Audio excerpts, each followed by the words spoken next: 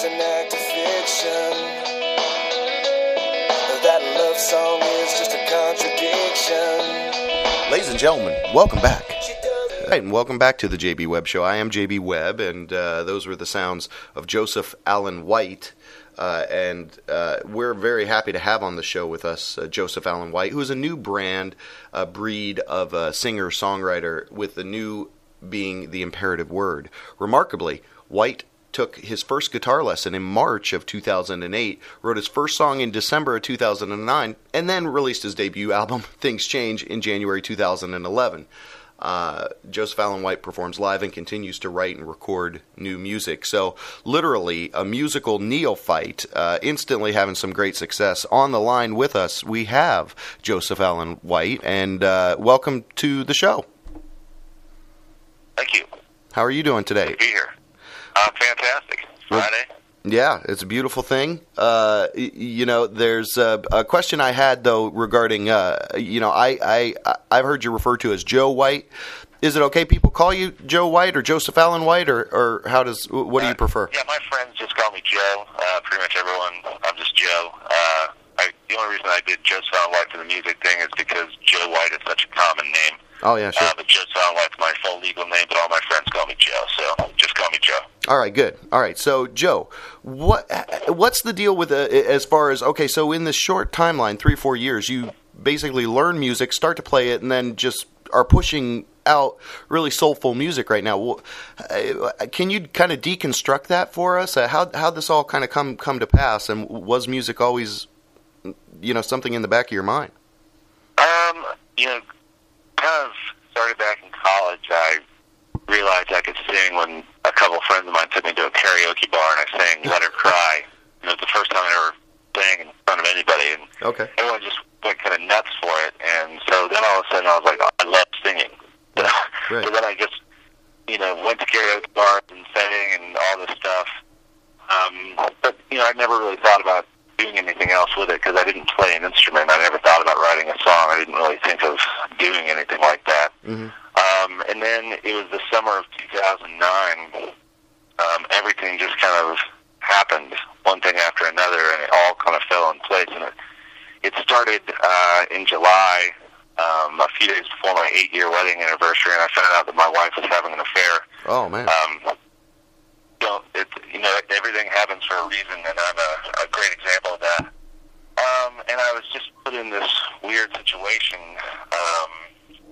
and I just focused on getting better at the guitar, because at the time I couldn't even play and sing at the same time. Okay.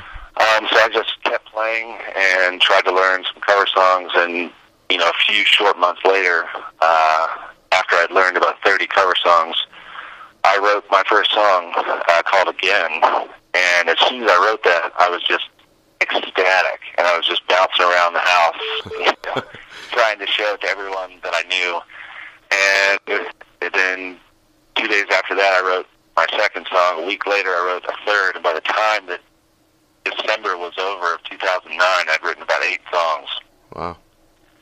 And truly just how everything works in mysterious ways. About a year earlier, when I had just taken my first guitar lesson, I was at a karaoke bar in Claremont, Florida, and I sang a song, and a guy comes up to me and tells me he owns a studio in Orlando and would love to get me in sometime. Wow, that's cool. Just to lay down a track or something. Right. So I followed up with him a few days after that, and it turns out all he wanted me to do was come in and maybe sing a karaoke track, and, we'd get like a really good recording and, whatever, and it didn't, all of a sudden the excitement wore off. I'm like, that's really not that cool. But after I started writing these songs, I found his card, and I emailed him some of the home recordings that I had done, and he got really excited about it. And it turns out his name is Andy Anderson with WeBB Studios here in Orlando. Okay. And he's actually an award-winning studio engineer. He's worked with some big-name Christian rock bands. Group One Crew is like a huge name in those circles, and he's done a lot of work with them. So we get in. He tells we get in that first day in the studio, and I have no idea what's going to happen. Yeah. What I thought was maybe he would record me and the guitar and then maybe add like a drum track to it. Okay. And at the end of the day, we had 3 fully produced songs that sounded like they could be played on the radio. Okay. And I was just blown away. And then as soon as I left that day, I'm like, I'm putting the CD together. Wow. Like I'm taking this to a whole new level. And I never would have even imagined that had, you know, all those things not fallen into place. Right. And so over the course of 2010, I was just in and out of the studio, kept writing new songs. And basically that entire year was working on the album Things Change. And it was released a year later, the last January of 2011. Right. Okay. Well, cool. Well, I'm definitely throwing all this up there so people can check it out and go find out where to hear this music. But the coolest, facet of this story, from my opinion, is just that, you know, you had this tragic turmoil type of moment, and you kind of used music in a cathartic, you know, almost positive way, and invested, instead of spoiling your, you know, self on the bad thing that happened, you turned it into something good. And kind of unleash the passion, you know, so that's what I think is cool, is that you flipped it. You took this bad and made it good. Do you, was this kind of always in your mentality to, you know, overcome problems with, just hard work and dedication to something new to preoccupy you, or is this, you know, more solely designated to this particular incident over the last 3 or 4 years? It's weird. I've always been fairly artistic. Mm-hmm. I've always been a writer. Okay. Cool. And I just, I've always been searching for something to be passionate about. And, I've written a screenplay that's really gone nowhere. Had all kinds of lofty aspirations of writing a book here, book there. Right. But nothing ever really formulated from any of that. And when, I'm telling you, it was December 6th, 2009, that's the day that my life changed, because that's the day that I wrote that first song.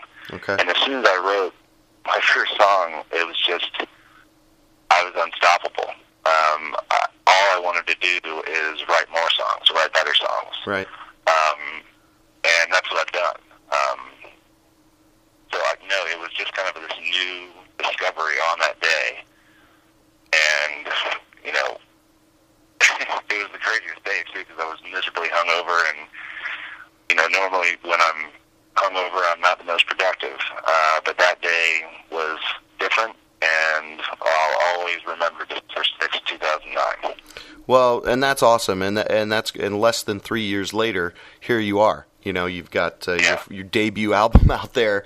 I'm working on album number 2 now. You're a singer-songwriter. You're classified as adult contemporary country rock. Do you see yourself getting into any other veins of music? Is there anything else now that you want to kind of tackle? I mean, given the fact that what you've accomplished in 2 years, I'm curious to hear what you may want to do for the next 2 or 3 years. Any other types of music or anything, or art? I don't know if I can really. I mean, I could probably write some country music.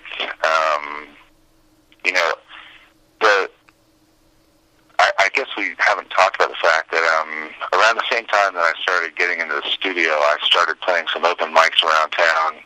Okay. Really, maybe 3 weeks after I wrote the first song, and I had about 5 songs written, I played my very first open mic downtown Orlando, and I was just shivering, just quaking in my boots, Stage, absolutely terrified. And it was a small little audience. It's not like, I was playing on a big stage or anything, but I was just absolutely terrified. Right. But then every week after that, pretty much, I kept going back and I kept playing, and it just kept getting easier and easier. And now when I play, I still get a little bit of nerves, but it's nothing. Right, compared to that first time. That was.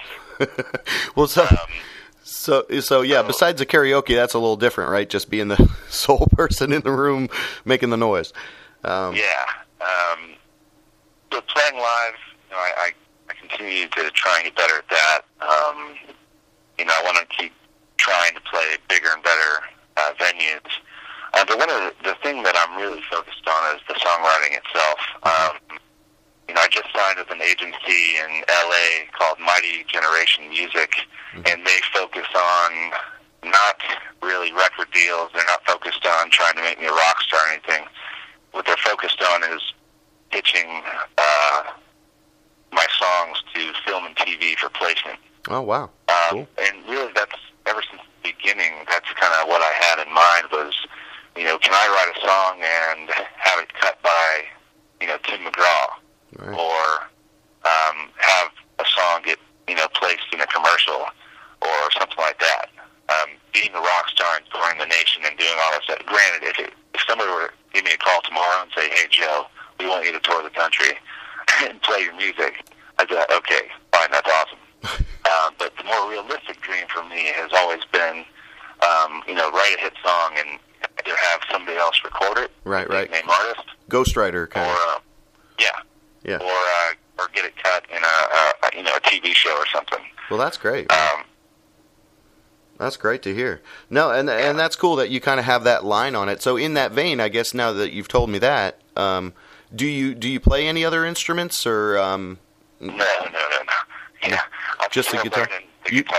You're not gonna. Yeah, okay. You're not gonna hop over to the piano next or something, or? No. Okay. No, guitar is hard enough for me. All right. Well, if in 2 years you've already done that, then I'll know. That's anyway. Yeah.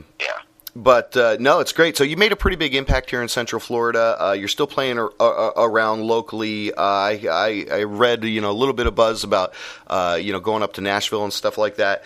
I mean, what type of music do you prefer? Are you a country guy? Do you like more rock or what? Because it's country rock. So what's your preference for music? What do you listen to? I like some of the crossover country. Okay. I've never been like a straight up country fan. Okay. I went up to Nashville for a songwriting workshop with a bunch of country songwriters, and I think a lot of faces turned white when I told them I've never really listened to much country, but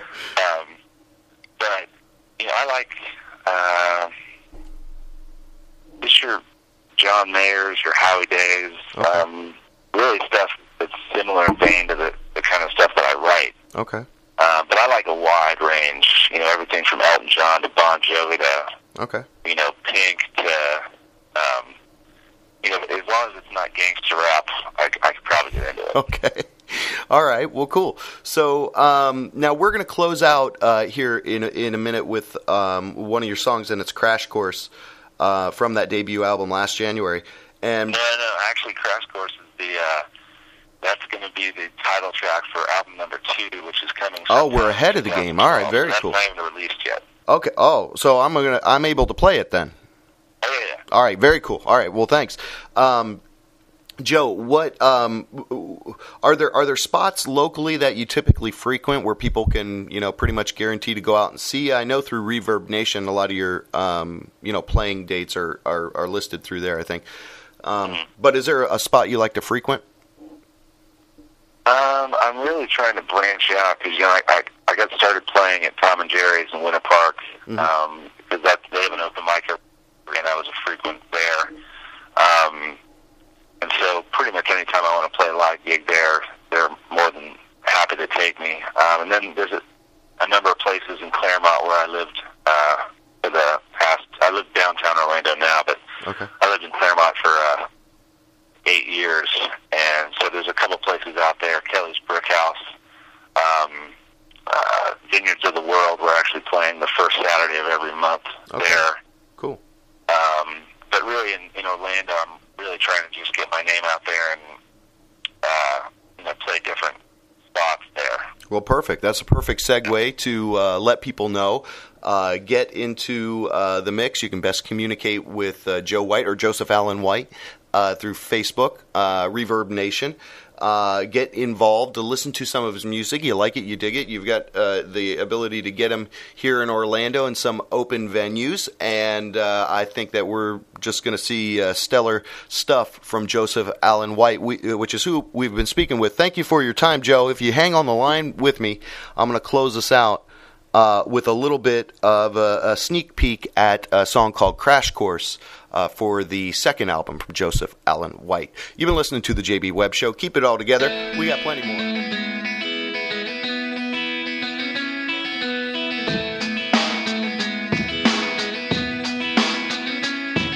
She thinks romance is an act of fiction, that a love song is just a contradiction. She does what she wants and she does not feel guilty. She is a crash course in the field of sexy. She'll look into your eyes and see, she'll know right now if you